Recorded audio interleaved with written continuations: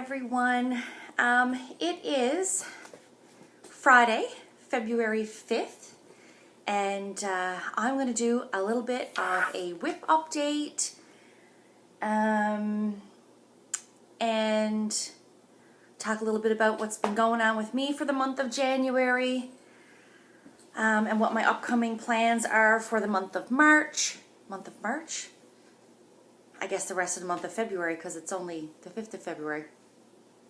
And we'll go from there. I am currently on vacation. Yes, you heard that correct. I am on vacation in the middle of February.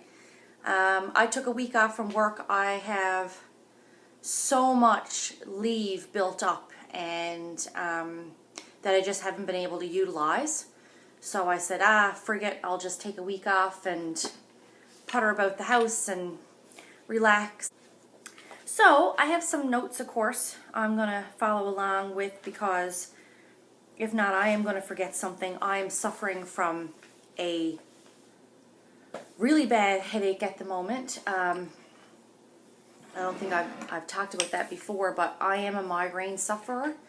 But I don't tend to film when I'm having migraines, and I don't tend to do much of anything really when I'm having migraines. But when I don't have a migraine, I more often than not have an ongoing headache issue. But this morning it's affecting my vision and stuff, but on we go, because you just got to get on with it. So, whip updates. Lots of updates. I have a lot to talk about, actually. So let's get started. Let me get this box open. Box of goodies. There's my little Stitchy baby. She's my little one. She's my little shadow. She follows me everywhere. That's Margaret. And she follows me everywhere. She hasn't been feeling well. She ended up with an abscessed tooth. I won't get into all the gory details of that, but she's currently on antibiotics, and looks like she may need to get a little bit of dental surgery done. So we're looking into that. But she's fine at the moment. She's not in any pain or anything. It's just uncomfortable, I guess. But she's got a couple days of antibiotics into her now, so she's on the mend and could care less what I'm doing at the moment. So my whip updates. As I mentioned in my previous videos, because I have so many large whips on the go at the moment, I did decide to implement a rotation, and that is working wickedly, like fantastic. I'm so excited about it. I'm loving the rotation.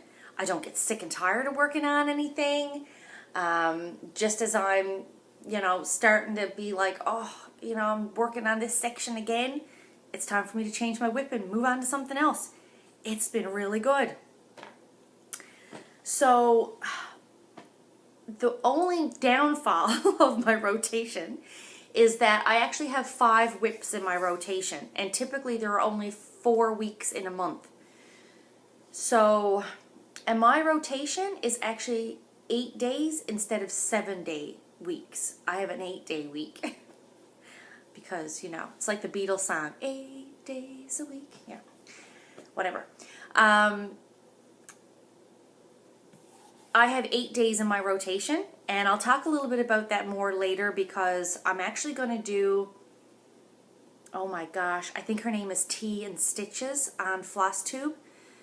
She did a tag video for rotations, and I'm actually going to talk about my rotation in answering her tag questions.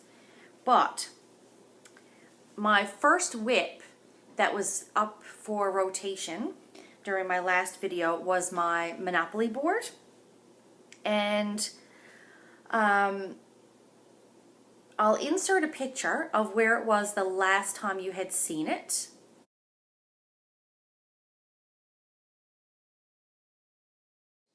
And this is where it is now.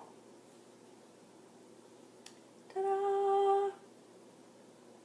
Maybe if I hold it this way, you can actually see everything. I know the symbols are upside down, but I can actually fit it on the screen. So all of these were done before, and then starting at the railway, Pennsylvania, Community Chest, North Carolina, Pacific Avenue, Go to Jail, and Marvin Gardens. So I've turned the corner. I'm loving this project. This is so much fun to stitch, and not only for me, like my husband and the kids, like they come home from school, and if I've been sitting down in the afternoon stitching, they're like, "Oh, Mom, you got Pacific Avenue done. Oh, look, you've got the Community Chest block done."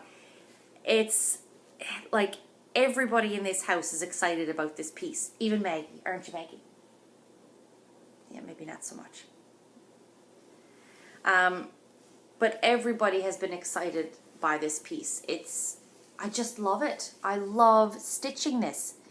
Every little block is like a little mini finish. Now, I'll talk a little bit about Community Chest.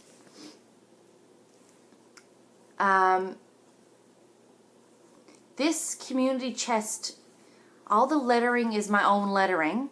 But the Community Chest symbol itself, I did get that off the original chart.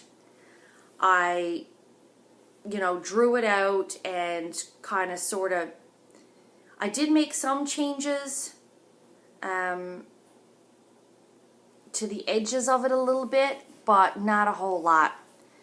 I can't draw to save my life, right? Like, so this would have been a very hard block to do. Now, this guy here, the Go to Jail guy, he looks amazing. He looks amazing. He is not off the original chart, though. There was another lady who sent me a Facebook message. I cannot remember her name off the top of my head, but thank you so much. You'll know who you are if you watch my videos. She sent me a Facebook message saying that she had actually designed a Monopoly board chart several years ago herself. And she had a PDF copy of it, and she would forward me a copy if I wanted a copy to help with charting my Monopoly board, which she did. And I tried a couple of times to sort of sketch him out on my own, and I wasn't really pleased with him. The original chart, his hands were much more different. Like, they looked like big, like, it was almost like his hand came up from his jacket. Like, there was no, it just looked really clumsy and really not right. So I actually used that lady's design for him, not for the lettering. I put those in myself, and actually I'm not too keen about the placement of this jail. I know it's in between him. I centered it there when it was on my frame and I was stitching it, but I think I may need to pull it over a little bit. I don't know. I might just leave it. That's my Monopoly board. And so that was that. The next whip in my rotation after that was my... Okay, I have no idea why my camera just shut off. So, my next whip in my rotation is my Record Girls. And I'll insert a picture of where you saw this the last time.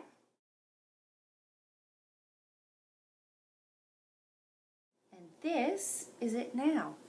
Da, da, da. So here she is in all her glory. I've decided that I would work all the way across to the end.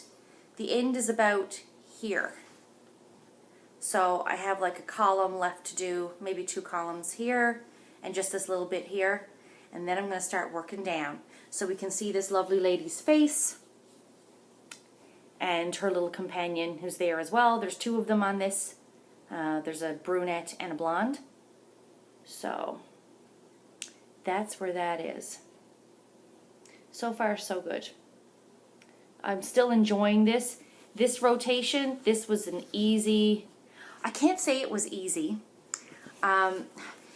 easy in the sense that it was all like larger blocks of color, but oh, like I would be stitching it and finding myself like, you know, nodding off because you don't have to concentrate. You know, it just gets to like boring stitching. Yeah, so that's where she is. My Haid Christmas Carol. Let's see. So my Christmas Carol Haid. Oh, I'm so in love with this piece. Still really enjoying this. I'll insert a picture of where you saw it the last time.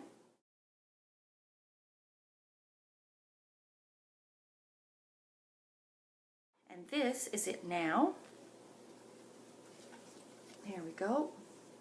This is a hot mess. But this is it now. I finished a page, which is what this break here is a page finish. The buildings, the top of the buildings is actually starting to come out, which is great. Yeah, I'm really, little bits of snow in the sky, in the night sky. It's really, really stitching up lovely. I'm really pleased with it. Now, because I'm doing 25 count, and I'm doing one strand of 1 over 1, I can't use the loop method. So in my last video I mentioned I'm using waist knots. Here are my waist knots coming down my column, and I will be stitching in this column and I will be snipping off the waist knots. Then Michelle from Heaven and Earth put out this challenge. 10 blocks of 10 by 10 squares diagonally. I did the challenge.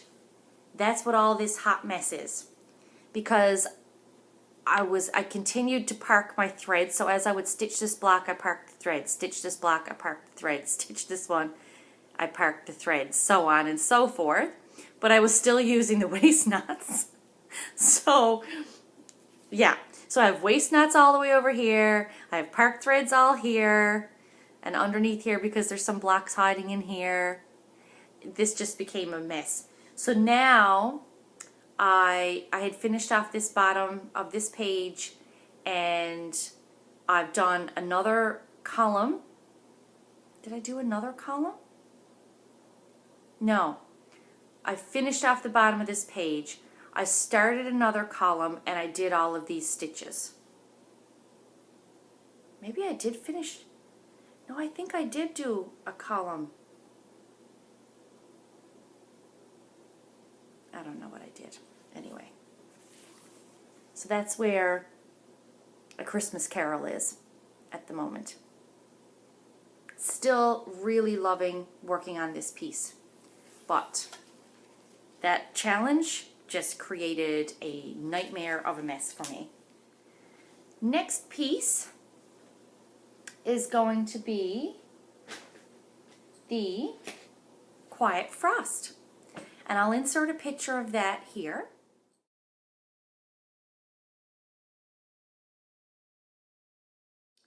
I had mentioned before, so this is a piece that a local artist painted, and he gave me permission to turn into a chart. And I'm stitching it, and here is where I am now.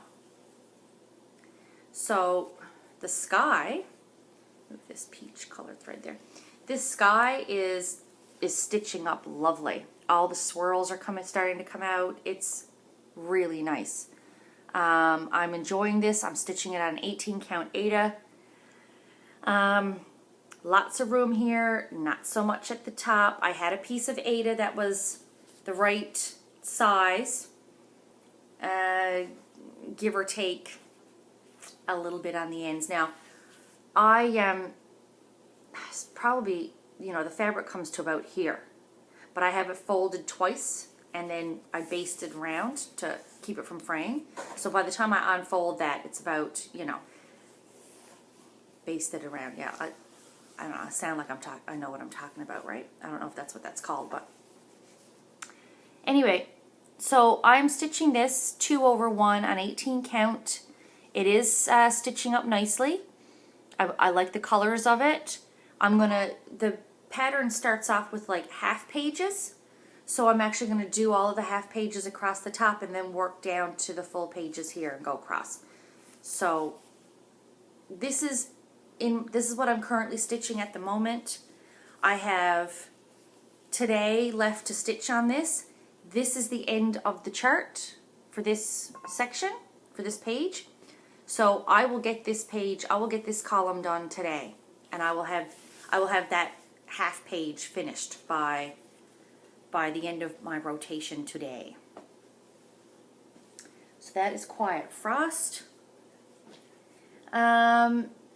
So the next whip in my rotation would be my Old World map, my Haid Old World map. There has been no activity on that since my last video because that's a 5th whip and it needs the 5th week, which actually starts tomorrow for me. So that will be out for rotation tomorrow, and I will start working on it tomorrow. So I'm not even going to bother to show that. You'll see it in my next video. So yeah, because there's absolutely no progress on that whatsoever. Okay. Now, the last whip that I'm going to talk about is my project that I take back and forth with me to work.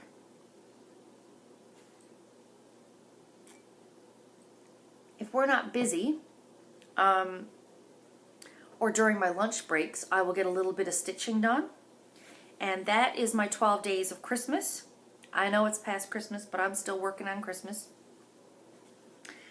I finished the 6th block, and I've started the 7th. So here we are.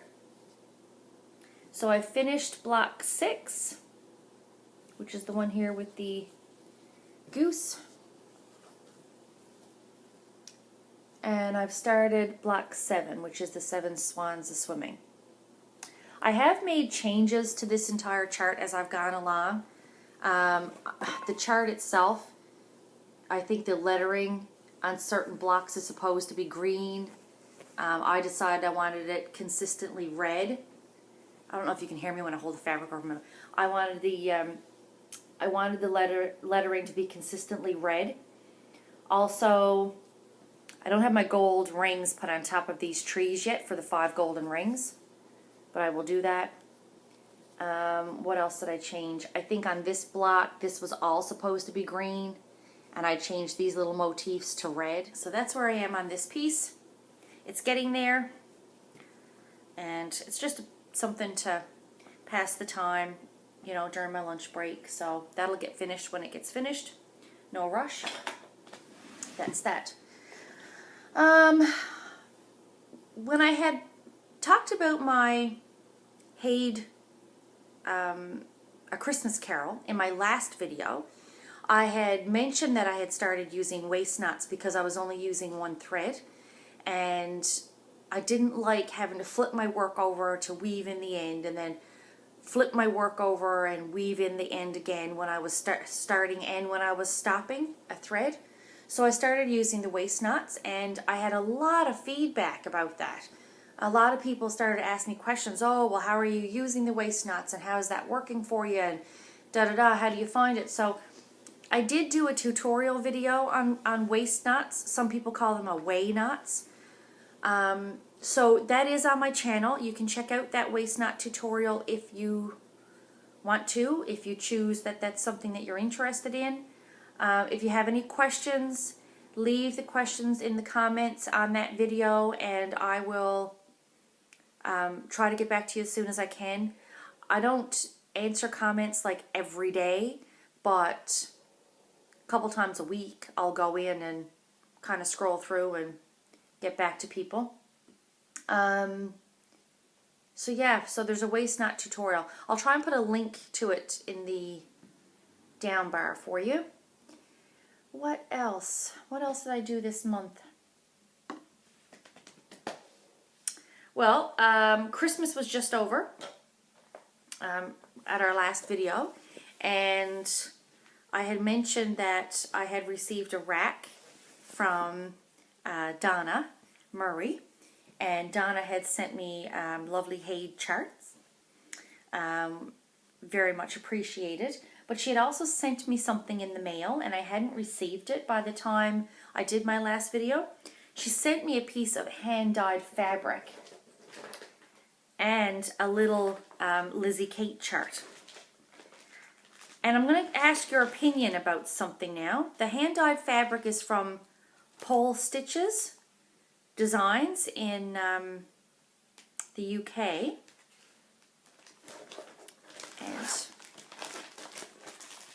And she also sent me this little chart. It's a Lizzie Kate, a Lizzie Kate chart, cross stitcher in residence. I thought that was really cute. So I'm actually going to stitch that up and put that down in my craft room, which I'm in the process of rearranging and trying to sort out my craft room a little bit. So when I do, maybe I'll do a little show and tell of my craft room so you can see it. But yeah, she sent me this. But the fabric she sent me, and I'm going to ask your opinion so you can comment on this. She sent me this beautiful hand-dyed fabric. It's Joblin. What does it say?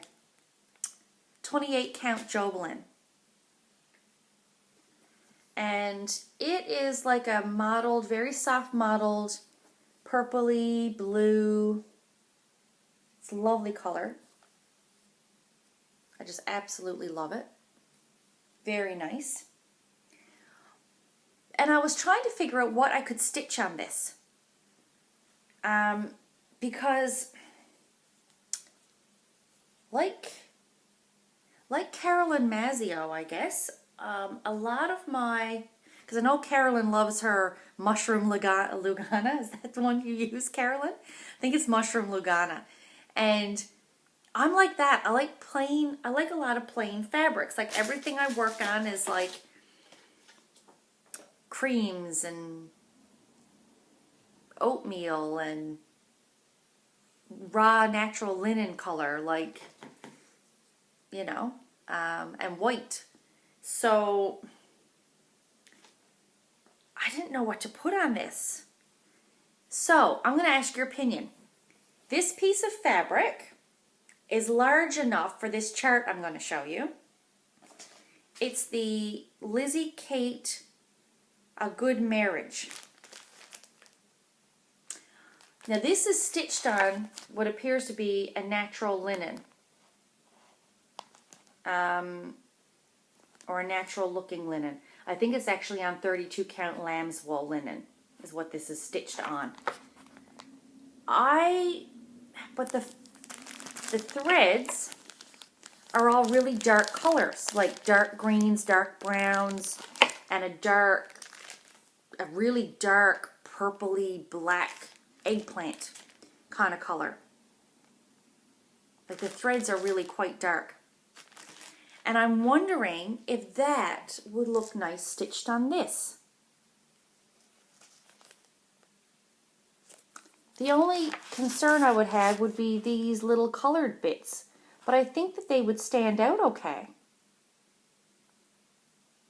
So yeah, I'm thinking of putting this on this. So let me know what you think. Has anybody stitched this on a hand-dyed rather than, you know, the recommended fabric or a plain fabric, like something like that? If you have, let me know. I'd be interested in finding out. Because I just think this fabric is beautiful and it's so soft. And I would like to use it for something similar to that. Because although, you know, mermaids are pretty and I'm just not a mermaid stitcher. That's a lot. I've only ever seen one mermaid that I think I would probably stitch, and that's the Bath Time Mermaid. The same one that Carolyn is doing. I actually have that chart and intended to stitch it, but just haven't gotten around to it yet. So yeah, I don't know, but I just love that fabric, and I think it would be really nice. I do think it would look, I think that would look good on it. So that's my intent. But you let me know what you think. Give me your opinion. Alrighty. Next thing I want to talk about,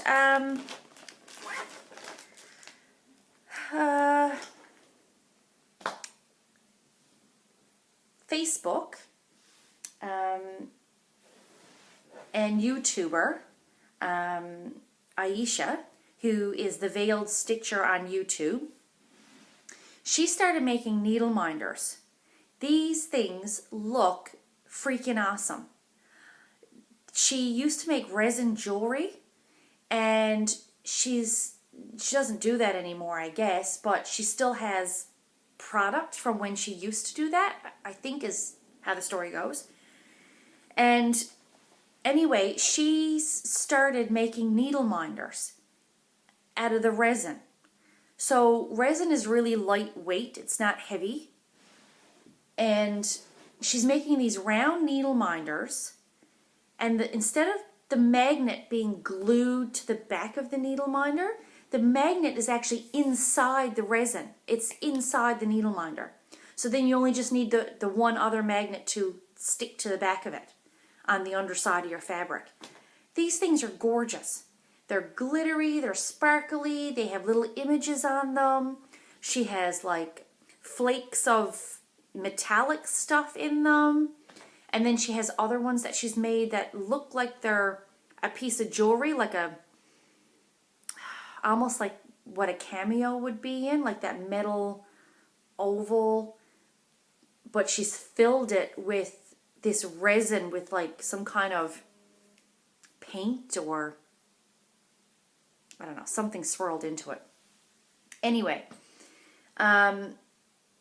she opened up a Facebook group for her needle minders. She decided that she would start selling them because she hasn't seen any others like these on the market anywhere. And she's correct. I've never seen any I've never seen any other needle minders that are made of resin that have the magnets encased in the resin. Like, these things are beautiful.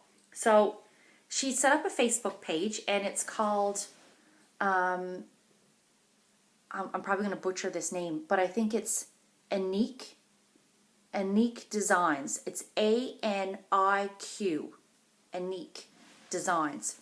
And it's on Facebook. You can join her group. You can purchase from her. She's in the UAE, but she will post, I'm pretty much sure, anywhere. She'll just let you know the postage fee. And she reduces postage for your additional needle minders that you purchase.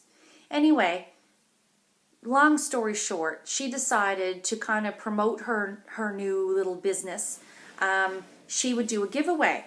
And I put my name in for her giveaway, and I won. So she is actually sending me a needle minder. So I went on her site, and I picked the one that I want. And when it comes in the mail, I will show it off in my next video. It should be here by then. But these things are just beautiful. Like, you should check them out and support her if you can, because they're gorgeous. And I can't wait to get mine. I cannot wait for it to show up. So that's it for my stitching updates. I'm going to talk a little bit about my crocheting. I know it's not stitching related, it's not Flosstube, but I'm going to talk about it anyway, because I know there are several stitchers who are also crocheters or knitters or what have you, and I'm just going to show my project. This month,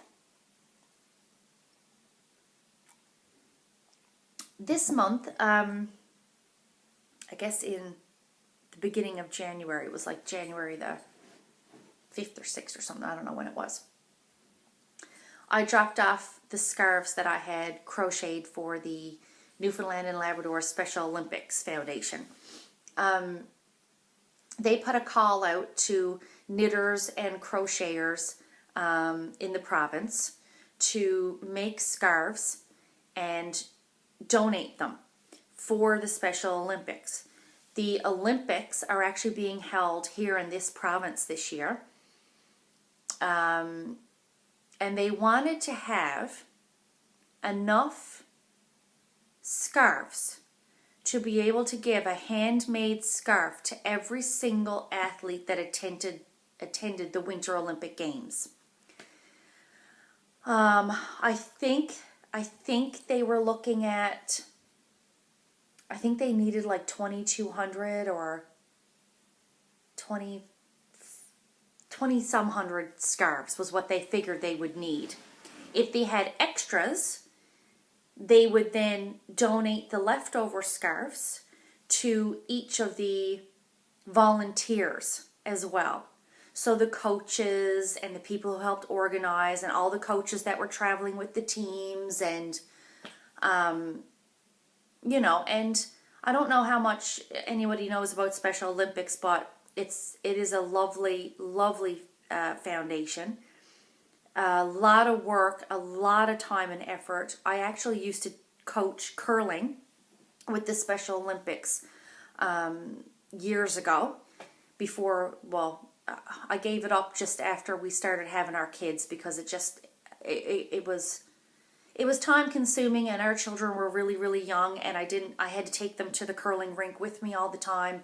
You know, you got an infant in a car seat and you're trying to help these athletes on the ice. It doesn't work out. But my husband and I used to both coach and we did that for several years. So what I did was I crocheted a bunch of scarves and I dropped them off and donated them to the Special Olympics. They requested, the only request was the scarves all had to be a specific length and width. They wanted them to be so many inches long and so many inches wide, just so that they would be consistent in size or somewhat consistent in size. And the other request was that they all be stitched in some variation of green, red, and yellow / gold. Because that's the colors of the Olympics for them. It's the green, red, and gold. So that was the colors that they chose and went with. So all of my scarves were all stitched in some variation of those colors. You know, you could use a deep red, you could use a fire engine red. They didn't care as long as it was some variation of those three colors. So I'll insert a picture of the scarves I donated. Because obviously I don't have them anymore. And my last crochet project, oh, this is like, you know, a BAP, a big project for me. Anyway, I have all these scraps of wool and I wanted to use them up of yarn. So I decided I was going to make a massive granny square blanket. And I think I showed this in my craft video before. But this is my granny square blanket. It started with a regular size granny square in the middle. Here it is. And then I just kept adding to it. So it's getting bigger and bigger and bigger and bigger and bigger. So it is going to be one massive, huge granny square blanket. And this is going to be for our bed, which is a queen size. My husband keeps saying we should get a king size bed, and I keep saying, why? His thought process is, okay, the way we sleep in bed, I'm like one of these people who, you know, I had to be touching somebody, right? So we get in bed, he lies on one side, I lie next to him, and I don't roll over and I don't toss and turn in my sleep. Like, I'm a pretty solid sleeper. However, if he moves, I will shimmy back in my sleep. I don't even realize I'm doing it. And then by the end of the night, what happens is he's on the edge of the bed. I'm in the middle, and there's all this room in front of me. And, you know, so he's like, we should get a king size bed because we need more room, because every morning I wake up, I'm on the edge of the bed. And I keep saying to him, but that's not going to fix your problem, because you'll move over, I'll move over and I'll just have more bed in front of me and you'll still be out on the end. So king size bed is not going to fix your issue. Anyway, so this is my blanket. I'm going to make it queen sized. There is no rhyme or reason to how these colors are getting put in. For the most part, I have attempted to do a row of color and a row of cream or white or what have you. A row of color, a row of neutral, row of color, row of neutral. Sometimes I didn't, like when I got up here, I ended up doing 3 rows of color. No rhyme or reason. I don't really care. In the grand scheme of things, who's going to notice it anyway? And it's just, I'm using up my scraps. And if I get most of the way around and I run short, like I did with this one, I'll just join, I don't know if I have any more white, little scrap ball of white, but if not, I'll join a little scrap of cream to it and continue on with the cream. Like I did with this row. See how this one goes from pink to purple? These were 2 scrap ends of yarn that I had, and I just kept on going. Went from pink to purple. Who cares? Doesn't matter. So that's my big crocheted blanket. That is coming along nicely. I've decided that I'm going to do a row, a ring on that every day or every second day just so I can get it done. I'll just, do 1 loop around the entire thing and then go on back to my cross stitching, but at least I'm fitting that in so I can get it done, because before it was just downstairs in a basket and I hadn't even touched it. The last thing I'm going to talk about, because I haven't talked enough yet apparently,